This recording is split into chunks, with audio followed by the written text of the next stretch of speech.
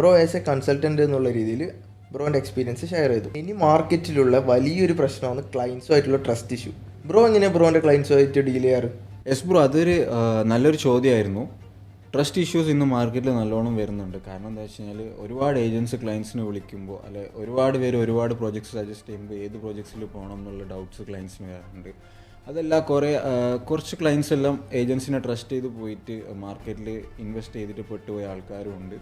ഇതെല്ലാം മാർക്കറ്റിൽ ഇഷ്യൂസ് ഉള്ളത് തന്നെയാണ്. അതെല്ലാം ഇവരെ ആരെങ്കിലും ആയി കേൾക്കുമ്പോൾ ഇവർക്ക് ഡൗട്ട്സും ട്രസ്റ്റ് ഇഷ്യൂസും വരാറുണ്ട്. പക്ഷെ ഞാനെങ്ങനെയാണ് എൻ്റെ ക്ലയൻസിനെ ഡീൽ ചെയ്യുന്നതെന്ന് വെച്ച് കഴിഞ്ഞാൽ ക്ലയൻസിനെ മീറ്റ് ചെയ്യുമ്പോൾ തന്നെ അവർക്കൊരു ലൊക്കേഷനെ കുറിച്ചുള്ള കംപ്ലീറ്റ് ഇൻസൈറ്റ് കൊടുക്കും. എന്താണ് ഫ്യൂച്ചർ ROI, എന്താണ് മാർക്കറ്റിൽ നടക്കുന്നത്, എന്താണ് ഈ പ്രൊജക്റ്റിൻ്റെ ഒരു പൊട്ടൻഷ്യൽ എന്നുള്ള കാര്യങ്ങൾ പ്രോപ്പറായി മാർക്കറ്റ് വെച്ച് ഫാക്ട്സ് ആൻഡ് ഫിഗേഴ്സ് വെച്ച് അവർക്ക് പറഞ്ഞു കൊടുത്തതിന് ശേഷമാണ് അവർക്കൊരു പ്രൊജക്റ്റ് സജസ്റ്റ് ചെയ്യാറ്. ഇപ്പോൾ അൽഹംദുലില്ലാ ഇതുവരെ ഫസ്റ്റ് ക്ലോസ് ചെയ്ത ക്ലയൻറ്റ് മുതൽ ഇപ്പോൾ റീസെൻ്റ്ലി ക്ലോസ് ചെയ്ത ക്ലയൻസ് ആയിട്ടുള്ള എൻ്റെ റിലേഷൻഷിപ്പ് എന്ന് പറയുന്നത് വളരെ നല്ല റിലേഷൻഷിപ്സാണ്.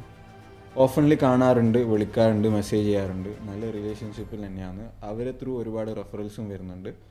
അപ്പോൾ ക്ലയൻസായിട്ടുള്ള ട്രസ്റ്റ് ഇഷ്യൂ എനിക്കിതുവരെ വന്നിട്ടില്ല. കാരണം കംപ്ലീറ്റ് ട്രൂത്ത്ഫുൾ അല്ലെങ്കിൽ ഓണസ്റ്റ് ആയിട്ടാണ് എൻ്റെ എല്ലാ ക്ലയൻസുമായിട്ട് ഡീൽ ചെയ്യാറ്.